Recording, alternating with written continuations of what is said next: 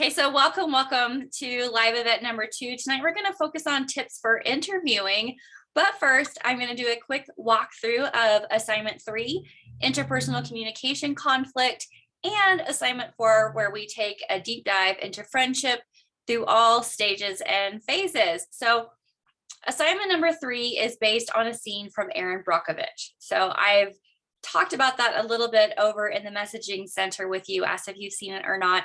If you haven't seen it, it's a great movie based on a true story. It is rated R. So if you have any sort of troubles with that or little ones walking around, maybe just be advised that there's some stuff in it that's pretty adult, but it is based on a true story. So here we're just seeing a quick snippet where Julia Roberts and her lawyer, Mr. Masonry, go after P&G.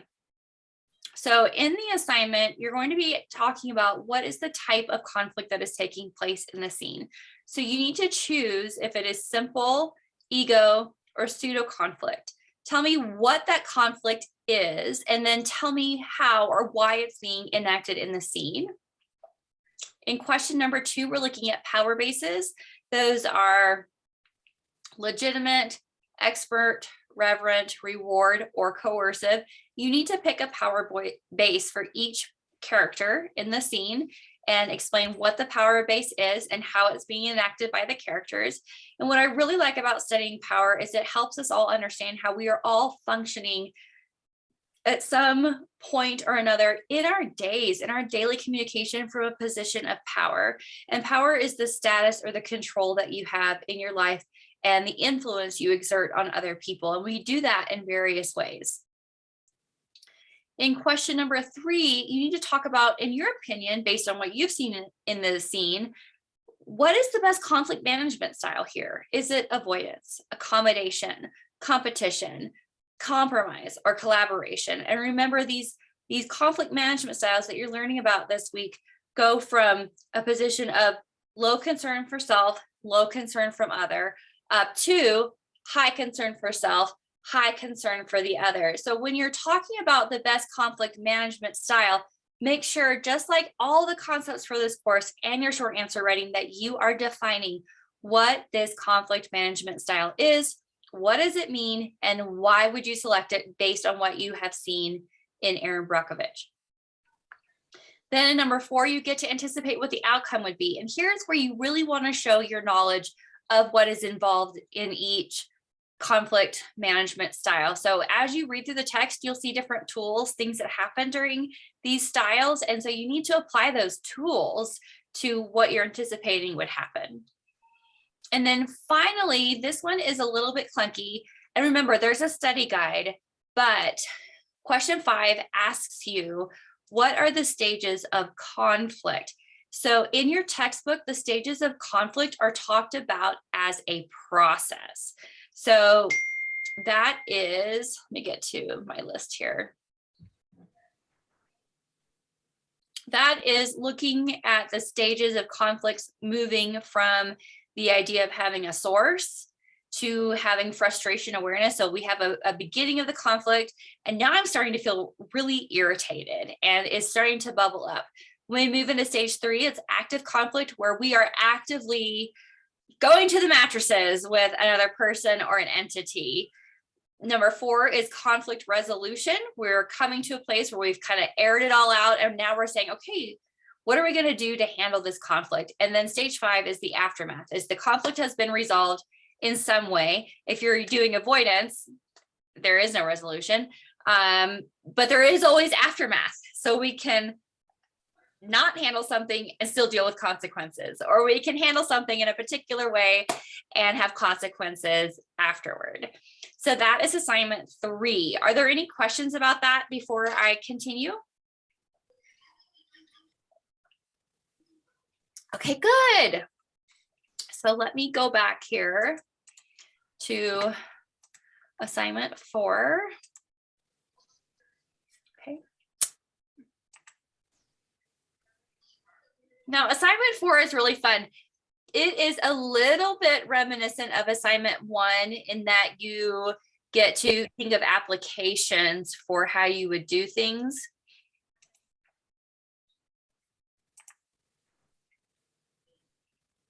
So the reality is we're going to be in relationships for the rest of our lives. And a lot of times we're going to have friends, or at least I hope that you have friends. I know I've had seasons where I've had friends that have stuck around for the long haul, and I have had friends that I would no longer consider to be friends. And I think we're all okay with that. But in question number 1 and 2 and 3, I'm asking you to think about what friendship looks like as you age, because you're having different experiences and you're working with different people, forging relationships. And so this is an opportunity for you to think about these different relationship maintenance strategies that we have and apply them to different scenarios. So for scenario number 1, 2, and 3, I'm telling you what you're involved in. So for scenario number 1, you are involved in the same hobby as your college friend. As a young adult in an intercultural friendship, so this person that you're with does not share the same culture with you. Now, this should not be confused with race. We're not talking about different skin colors here, because people who have the same skin color can still have a very different culture. Someone who was raised in the deep South is probably going to view the world a lot different than someone who was raised in Oregon or even New York or these different parts of the world. Intercultural could be different religious perspective, different socioeconomic perspective. So you see the world differently. It's colored different by a different worldview. So doing that friendship in a hobby, how would you maintain that relationship? This study guide here has a list of a bunch of different kinds of relational management strategies. A lot of times I find that in these questions, students write and use concepts implicitly. So it's like sort of under the lines. But as I said earlier, never assume that I know that you know anything. So make sure you explicitly use those concepts. And these concepts includes things like cultural similarities, using affinity seeking strategies. I'm going to let you look that up and find out what that means. Relationship talk. We can use relational management strategies such as being positive, giving assurance, being open, having a social network, et cetera, et cetera. So just make sure that you're highlighting what those key terms are as you're working through the scenarios. Question number 2 is great because we're talking about, okay, now you're in a friendship and you're in a professional setting, and this friend is the same sex as you. So woman, woman, man, man. And I'm not going to go into all the different varying genders we have right now, but answer this question from a position that works for you. I'm not trying to do anything political here, so do what works for you. Question number 3 is, now you're in a late adulthood and you're 65 plus and you're in a community group. So think about going to bingo or serving at the Red Cross or something like that, where you have pretty much completed your career. And now, hopefully, as we all hope, we are looking towards retirement and our children are grown and we're just in a completely different season.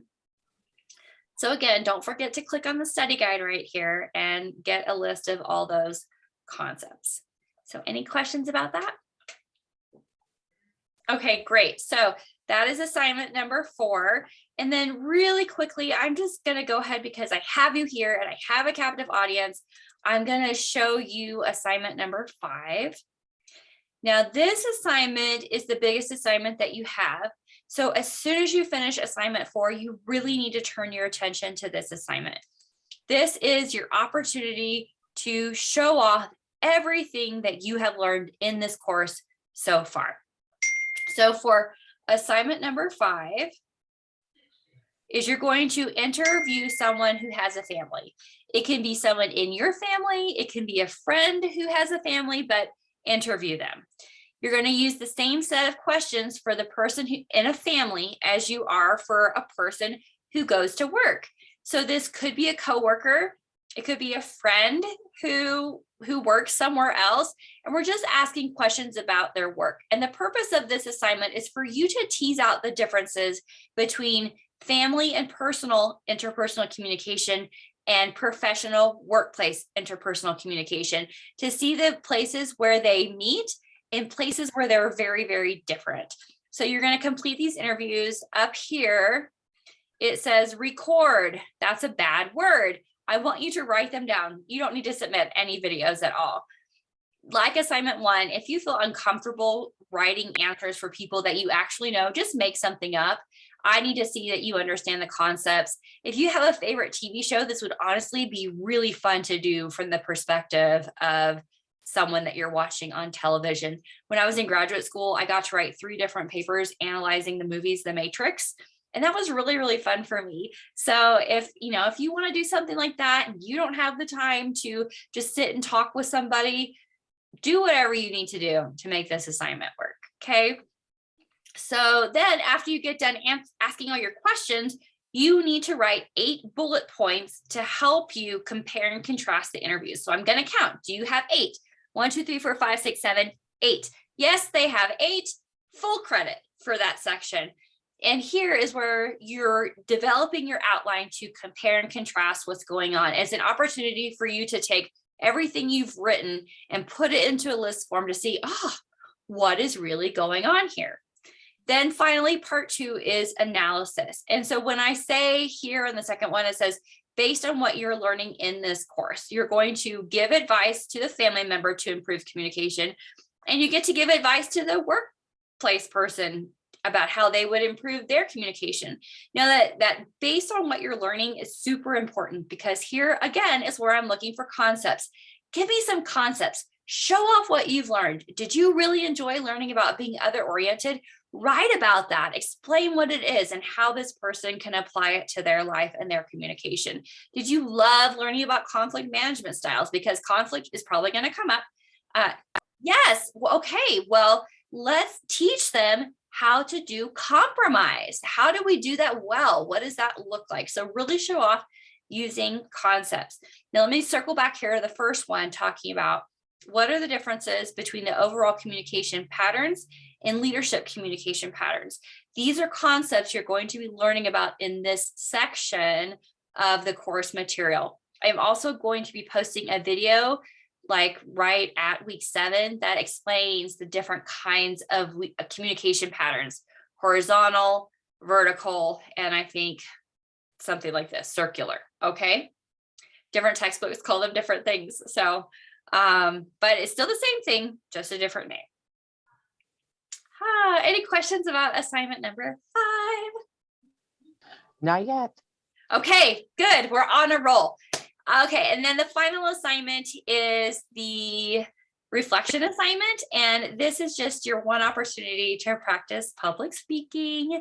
You will be doing just a very short video, 3 minutes or less, answering 3 questions. I'm the only one who will see it.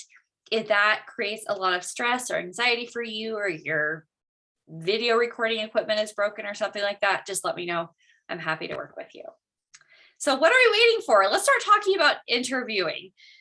Okay, how many of you have ever in your whole life done an interview? You are the person who is being interviewed. 1, 2, anybody else? Does anyone else have the ability to let me see your beautiful face? I'm getting nonverbals with 2 other people. Hey, this is Christina. I'm driving. Oh, yes, you should definitely drive and pay attention to the road. Yeah, thank you. You're welcome. I appreciate you being here. There you are. There's my classmates. Woohoo! That's awesome. Good. Okay. So the baby's sleeping next to me. Oh, yeah, I get that. Do not wake the baby. Understand. Okay. So what are your thoughts on interviewing so far as being the person who is being interviewed? You can type it into the chat or you can tell me.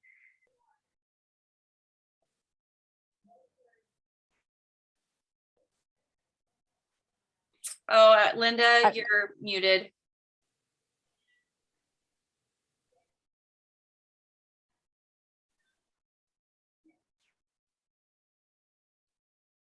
I still can't hear you. I'm sorry.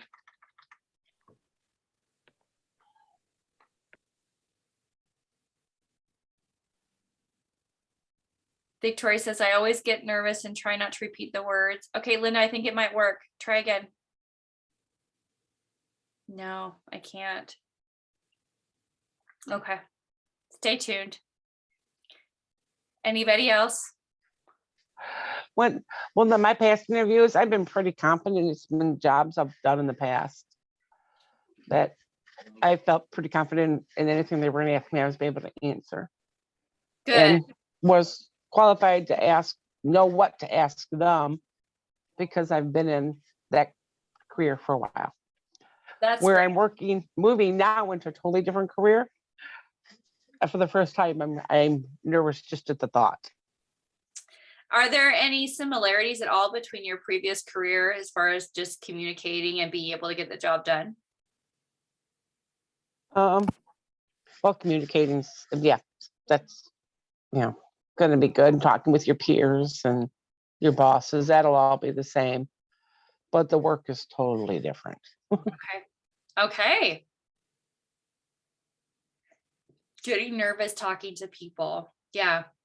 It does take practice. It takes practice just talking to people to be able to keep your thoughts straight, to be able to listen at the same time and say what you want to say. So tonight I want to start by just showing you a video of an interview, and then I want to give you some really solid tips and tricks for how to make the interview more comfortable, although you still might be a little bit nervous because you care and you want the job. And that it would be bad if you weren't nervous just the tiniest bit, because you want it. And I know that if I'm interviewing for a job, it's usually a job that I want, or at least would entertain an offer. And who doesn't like to be offered a job anyway? I mean, hello, that feels pretty good. So now I'm looking for my, oh, there it is. Okay, I'm going to share my screen. No, not that one, this one. All right, buckle in. This is good.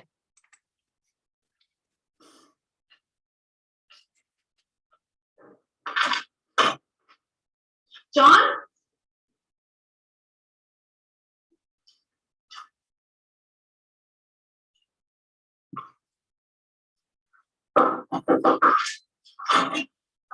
Sorry, I'm late. Are you Susan? I'm here for the job interview. Hi, I'm Susan Thompson, Resource Manager. You're 10 minutes late. The traffic was terrible. Have a seat. Are you John Hill? Yeah, Okay, tell me about yourself. my main hobbies are watching classical movies, riding my motorcycle, and I have 2 granddaughters. They're so cute. Let me show you. Oh, that's okay. I'll take your word for it. Do you have a resume? I turned it in with my application. Okay. All right, it says here. Look, I found them. Aren't they adorable? And wait, there's my dog. Isn't that cute? Very cute. It says here that you only had your last job for a couple of months. Can you tell me why it was so short? I hated that place. My supervisor was such a jerk. All he did was complain about my work. Oh, what was the problem? Oh, they had all these rules. I followed the most important ones the best I could, but he would get mad if I didn't follow all the rules all the time. Ugh. I see. Well, can you tell me why you want to work here? Oh yeah, somebody told me you guys have a really good dental policy. I've got trouble with this tooth right here. It needs a lot of work. Okay, I think I've heard enough. Do you have any questions for me? What does this place do? Well, we have a restaurant and we make frozen desserts that are shipped all across the country. Oh, cool. Well, it's been nice meeting you. Well, now when will I know if I get the job? We'll make phone calls tomorrow. Okay, see you later. See ya.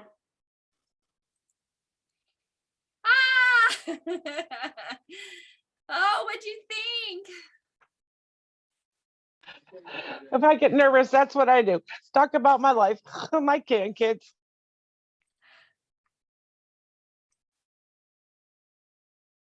Yeah, he's not getting the job. Wow. Okay. No. We're good. Interview over. Okay. 100% over. So let's talk through this really specifically. So first, let's just go back a little bit and talk about selecting the employer. Which this guy, why did he choose this particular employer? Dental insurance. Dental.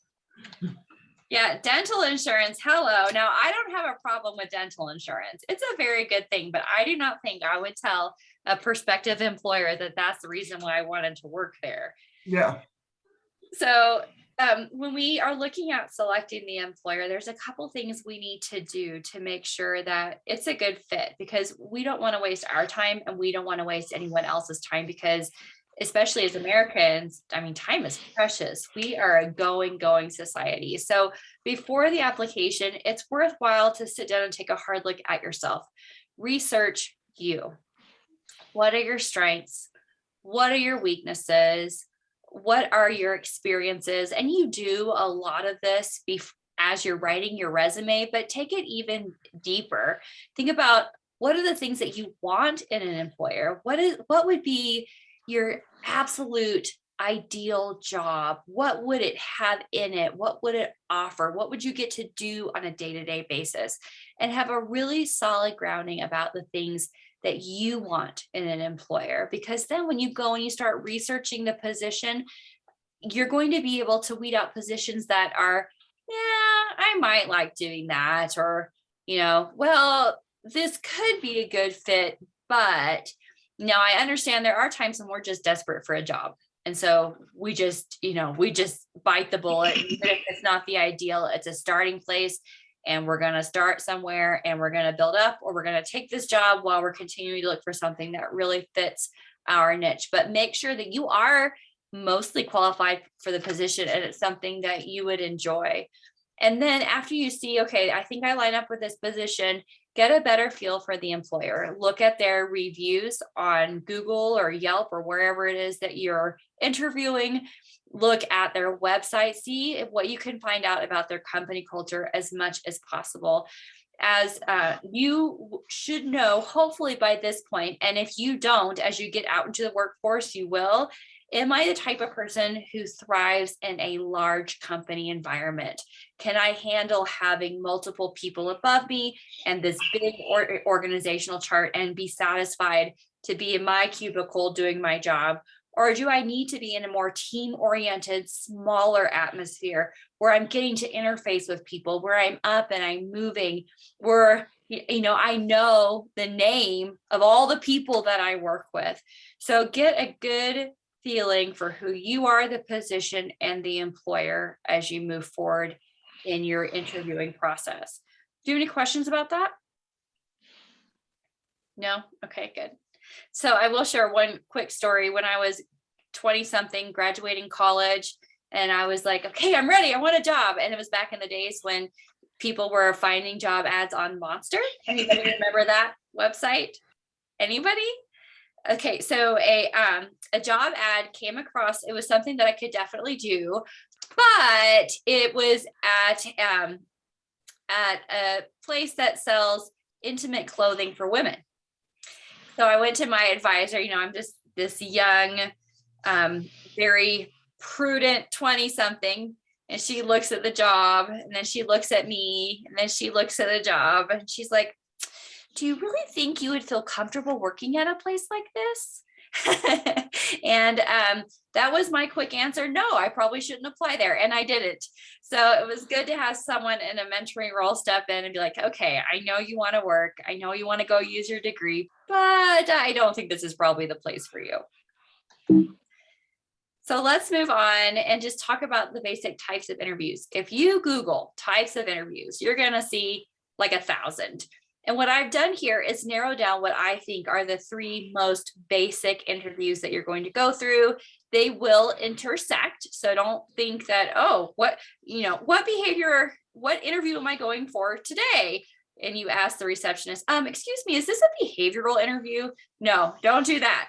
But you'll know that you're in it when these things start happening. So a behavioral interview is where we are honestly looking at how you handle yourself in their interview. We're talking about past experiences. Examples that you will provide will be of behaviors, your knowledge, and your skill set related to the job that you're applying for. So this is not at all about personality. It's mostly about you as a possible product that your employer is going to be bringing onto their team to utilize. So are you able to perform? The second type of interview gets more specific. It's a technical interview. Now, I am confident that each of you will probably have to do some amount of technicality in the fields that you're going into. What do I have represented here tonight? Paralegal, HIM. health information systems, definitely. Do I have exercise people here? Yes, and any web development? Okay, so for example, with health information systems, you may be asked to actually do a line of code looking at insurance, right? Because you're going to have to be able to line things up appropriately, right?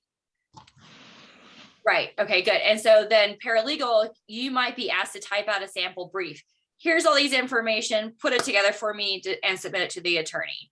Exercise people, maybe you're going to have to demo a class or be a personal trainer to one of the managers that might hire you, and they're going to actually work with you, and you're going to have to say, okay, I want you to do this and, show off your skill set.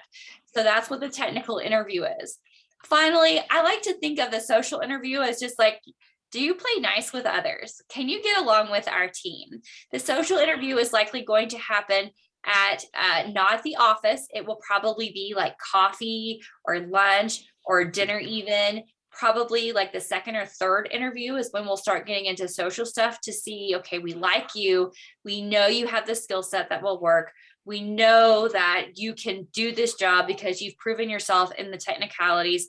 Now let's just see, do you jive well with everybody else on the team? So this is also a really important interview because you are getting to know them as much as they are getting to know you. You are not the only one who is on the spot. And if they really want you, they're thinking, oh, I hope they like us. I hope they will take the job and see it through. So these interviews, again, they can intermingle, but they do tend to happen in these formats. Do you have any questions about those? No? Okay, cool. So now let's move on to preparation. So we want to be prepared before we go to the interview. And this is where those nerves are going to start to decrease because you kind of have an idea of something that you might say depending on the questions that you're asked. Now, I am not an expert in each of the individual fields that you all are working towards. I'm an expert in communication. So I encourage you, ask your program chair, ask your success coach. When I'm done with this program, what are they going to ask me when I go to interview places? What should I be anticipating so that you can prepare your, what I like to call your show and tell. So if you were asked, so what makes you think that you'd really enjoy working for this company? So if you don't have any work experience at all, you could say, well, I'm really glad you asked me that. When I was taking this class at Bryan University, it gave me an opportunity to look at X, Y, and Z. And let me tell you that it energized me in a way that I haven't felt before. And I'm really excited to use this skill in your company. So be prepared with examples coming from your education or even from your past work history that you could use to show and tell. So remember that show and tell clause. And this is where it's so important to also be researching yourself and know these stories about yourself. Have these examples on the tip of your tongue so you can pull them out easily and cordially. The next thing to think about for being prepared is dressing the part. So what about this guy? What do you think about his clothing? Wrong. Totally inappropriate. And how do we know that it's inappropriate? Well, that's what I was going to say. It really depends on what the job actually is that he's interviewing for.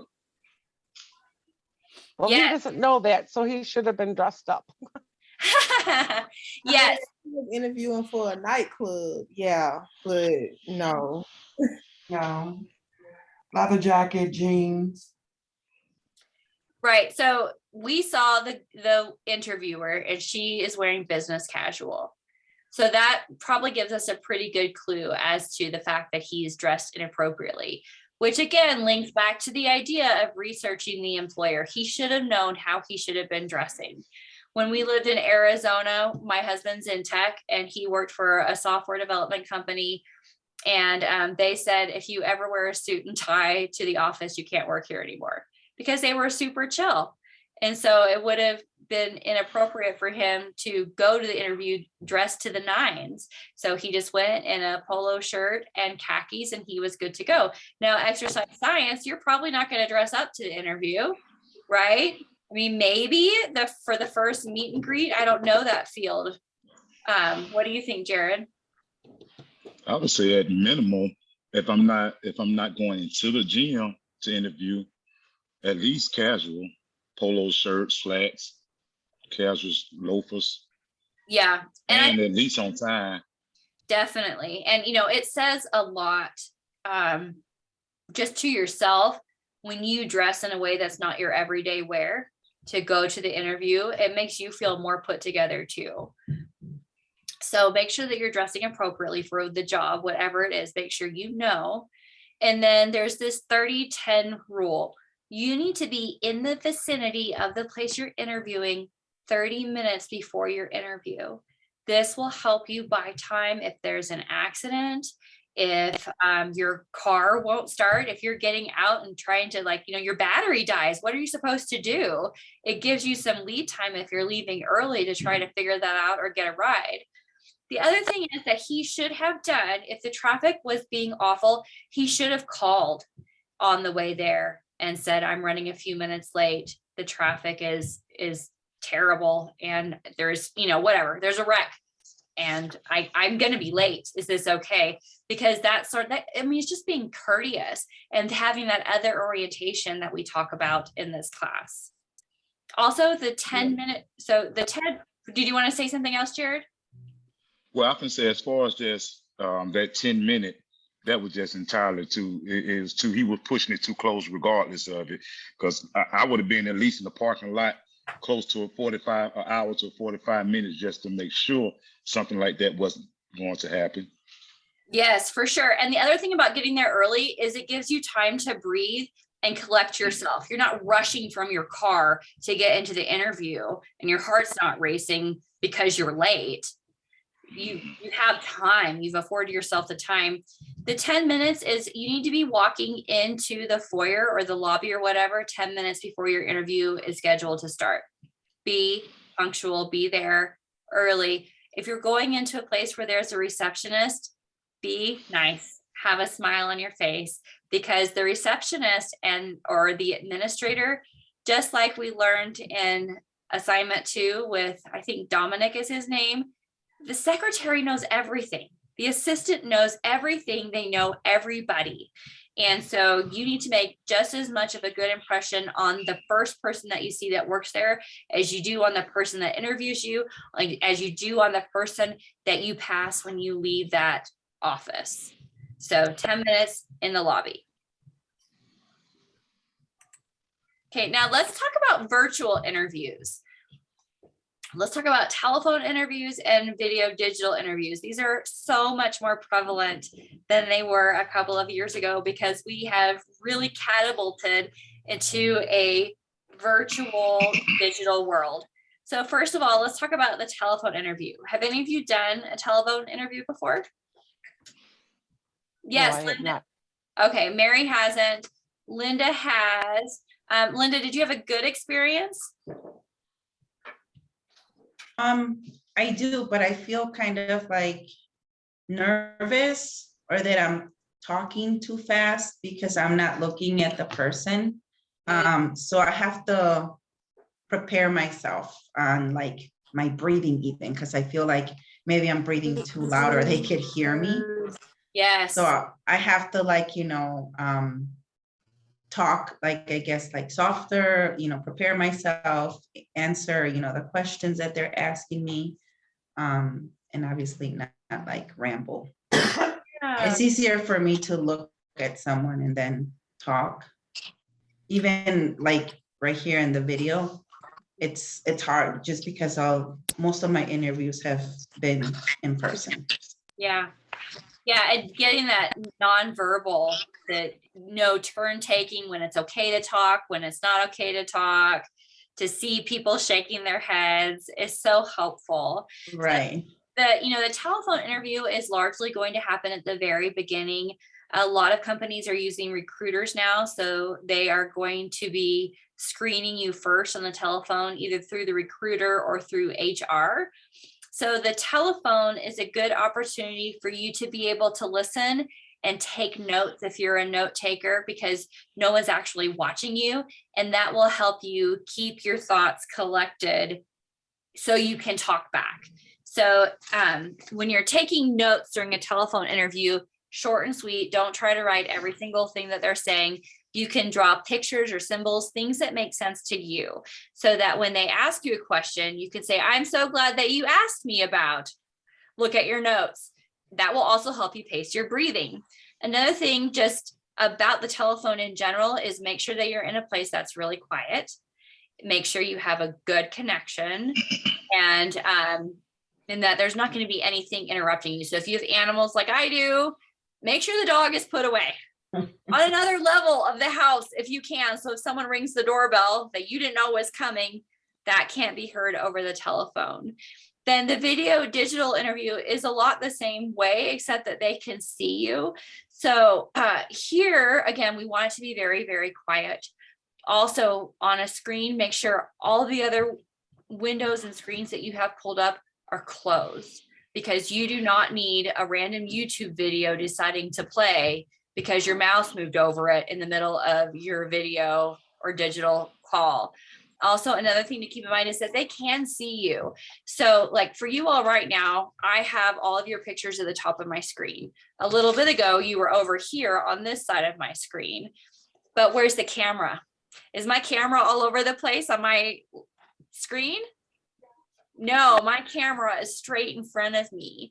So we have to practice giving the illusion that we are talking to that person, even if they're over to the right or the left of our screen. So one way you can combat that is bringing their picture as close to the front of the screen as you possibly can. If they decide to screenshot you, don't worry about actually looking at them wherever they are. Look at your camera. It's like right now I'm talking. Do I look like I'm talking directly at you? Yeah. Yeah, good. So like I can see you in my periphery, but I'm looking straight at my camera and trying to act like you were just right there in front of me, so that we are like trying to make this pseudo connection in the absence of being face to face. Another thing about the video digital interview that you can be doing on Zoom right now, but I kept mine like this so you could see, have your background clear or use a filter.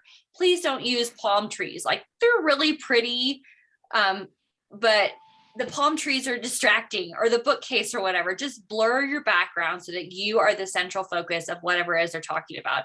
So like this is too busy back here. I do have this really cute saying though.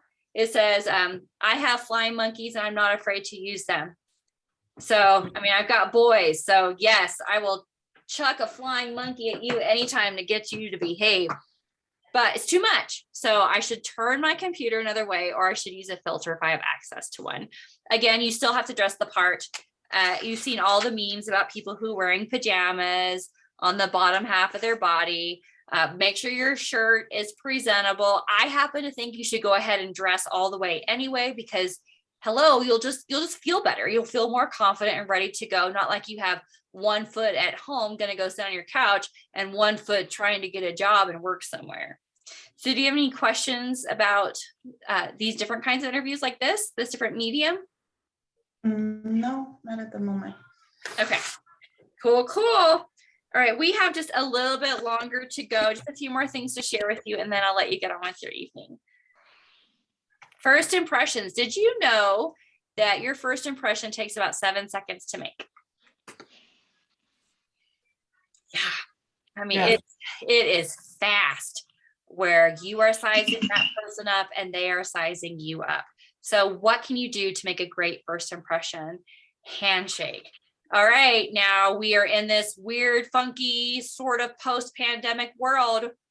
What do we think about handshakes these days? And I mean, I'm interested. I want to know, like, what do you think about the handshake? You ask at this point in time. That's perfectly acceptable. Are you okay with shaking hands? What if they don't ask you and they extend their hand to you? What do? Shake it. I'll shake it. I agree, shake it. You can wash later. Yeah, I was talking to one student. She's like, I just carry hand sanitizer everywhere I go. So I shake their hand, and then I discreetly put hand sanitizer on as I'm sitting down. I'm like, that works. I do think people have come around to feeling like, okay, yeah, this is serious for them and they don't want to touch. So you could say, hey, how about an elbow bump or a fist bump? But I really like the attitude that you guys are taking about just shaking the hand. Don't shake anyone out of their seat. I had a young man the other day at a speech and debate competition shake my hand, and he like lifted me up out of my chair. So like, don't squeeze anybody's hands off. Just a nice, firm handshake is good. Practice with people and ask if it's too much. Keep eye contact. Go ahead, Jared. I said, and then you got to be careful, even in the workplace, when you're going on an interview, because it could be disrespectful to certain people. Like I said, the cultural differences, you got to know if it's disrespectful or not. Yeah, that's so true. And again, what's just interesting is how we keep having to go back to making sure we have researched the employer, researched the position, sort of know what we're walking into, So, and then if it does come across as disrespectful, there's nothing wrong with the apology, right? And we're learning about that in our textbook, how to apologize and how to extend forgiveness, which is sorely lacking in our world today. So we can practice that, because we're becoming more conscious of our communication. Regarding eye contact, let's keep eye contact, but you don't have to stare into their soul for the 20 minutes that you're talking to them. Just, if you look down the whole time, you're going to project that you are insecure and that you're nervous. So make appropriate eye contact. People get uncomfortable in our culture looking at each other the whole time anyway. So when they shift their eye contact, you can shift your eye contact too. Don't get too hung up on it, but do make eye contact with the person that you are meeting for the first time. And smile. A smile goes a long, long way. Always be upbeat, happy, and be glad to be there and poised. So poise is something that can be hard to come by if you're really nervous. Something I like to think about is making sure that I'm seated squarely on the chair. Okay, so I'm not sitting just to one side or the other. If you have a habit of crossing your legs, I encourage you to try to cross at the ankles instead of at the knee, because it gets really easy to cross at the knee and start to flick your foot a little bit because you're nervous, and it keeps you from sitting square. When you sit square, you project more confidence. Keep your shoulders back, not in like a weird way, like, you're doing something abnormal, but sitting hunched over again does not project confidence. So the wider you can be and the larger your emotions can be and not tied off in this little box, the more powerful and confident you'll come across, even in the absence of feeling that way. If you are not used to that, it is going to feel weird. So practice it, just sitting at your dinner table. Practice pulling your shoulders back a little bit. Practice sitting square so that you can speak confidently and converse.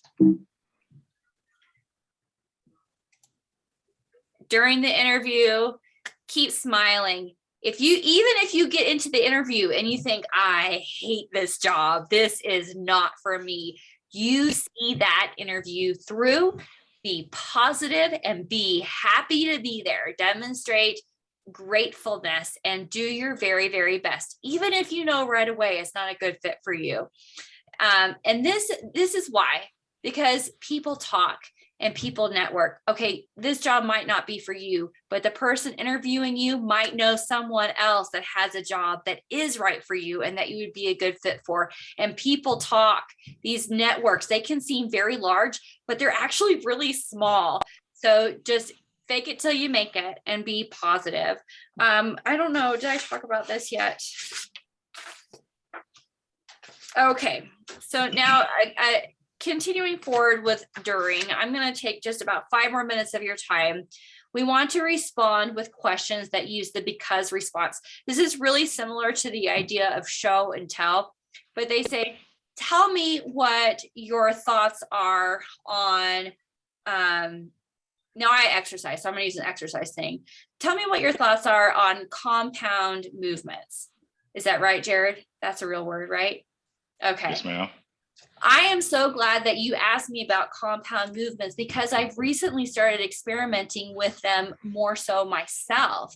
And I have found that they do blah, blah, blah. Or, and then you can ask questions during the interview too. This is not one-sided. You're interviewing them as much as they are you. So you might know everything and legitimately not have any questions. Ask a question anyway, because you are developing a back and forth relationship with this person. So ask questions, be interested in their responses. And then finally, one thing this guy did do well was establish next steps. Thank you so much for interviewing me today. I've enjoyed my time so much. I'm enthusiastic about the position. What are the next steps? When can I expect to hear from you? And then let them tell you. And then you can say, that's great. Do you mind if I call you? And just try to get some momentum as to where this is going. They might say, oh, well, we're going to interview a few more candidates. If you haven't heard from us by Friday, feel free to give us a call. And send a thank you note. When it's all over, you've established steps. Follow up with a thank you note relatively quickly. You don't have to do it like the second you get back out to your car, but maybe give yourself the drive home. Send a thank you note via email. Unless you have established a texting relationship with this person, I would do it through email. And use it as an opportunity to reiterate what you like about the job and why you think you'd be a good fit and that you look forward to hearing from them. Okay, so that is kind of like this fire hydrant of tips for you about interviewing. And keep in mind, our working relationship with you and me is not like a one-stop shop for me. So if you have questions about interviewing, you have an interview coming up, how can you prepare for it? Feel free to reach back out to me. You'll have my text number indefinitely so that you can do that. Also ask your program director to help you. That's what they're there for. They're not here just to get you through to your degree, but to help you get a job. We want to see you placed. So feel free to utilize those resources because we're on your side and we want you to be successful. So that is what I have to share with you today. Do you have anything you want me to field or anything else you want to know? I do have a question. Yes. Should we really be saying, I'm so glad you asked me that, or just seem like we're to feel that way in our response? I think it depends. I don't think there's anything wrong with asserting that. That's a great question. I'm glad that you asked me. I want to share this with you. So I didn't really give you an answer, Mary. You did. Okay. It depends on the situation. I was at one time, I had to do interviews. And if someone would have behaved like that with me, it's like, oh, they're too honky. I would, no. Well, yeah. And I think too, that's where it comes into reading the situation and reading the person that you're working with. Like with me, if someone said it to me, I'd be like, okay, let's do this. But other people are more muted. They're not as cheerleader as I am. So that's where it comes into, gosh, you've had this whole class to learn how to read people and how to use verbal communication really effectively and how to listen correctly. So, and just remember, it takes practice. There is no bad interview. It may not lead to a job that you want, but every interview you have is practice for the next one. And it's good. It's good for you. I always try to keep that in my head too. It's okay if you don't get it, It's good practice. Mhm. And I've heard people talk about too, how when they interview people, prospective employers, they are looking, some employers really look for the buzzwords. Are you using the correct terminology or terminology from like the job requirements on the interview ad? And some interviewers say, I don't care if they know it all because I'm going to have to train them the way that I want it done in my business anyway. I'm looking to see if our personalities fit. So it really is sort of a juggling act of developing that rapport with your interviewer at the start of the interview. Well, I would, well, just asking, would you consider it just mirroring the interviewer's personality? Like if they're real chirpy or excited or whatever, or just like, oh my God, just kind of that cool or whatever, mirror their energy. And if they're just a type of person like I would be, is just like, I'm sitting back and just really paying attention to you and listening, not cracking smiles or whatever, just being direct. Do you mirror, just mirroring their energy? Yes, I think that you could take their lead. Yeah, for sure. Yeah, that's a great question. That was awesome. Yeah. Yeah, very good. Anything else? No? No. Okay. Well, thank you. Thank you for your time tonight. And thanks for sticking around for the hour to go through the assignments that are coming up and also to talk about interviewing. And, I'm here. So if you have any questions, reach out to me privately and I'm happy to help you. Thank you for your time. You're welcome. Yeah. Have a good evening, everyone. You too. Bye. You too. Bye. Good night, everyone. Good night. Good night. Good night.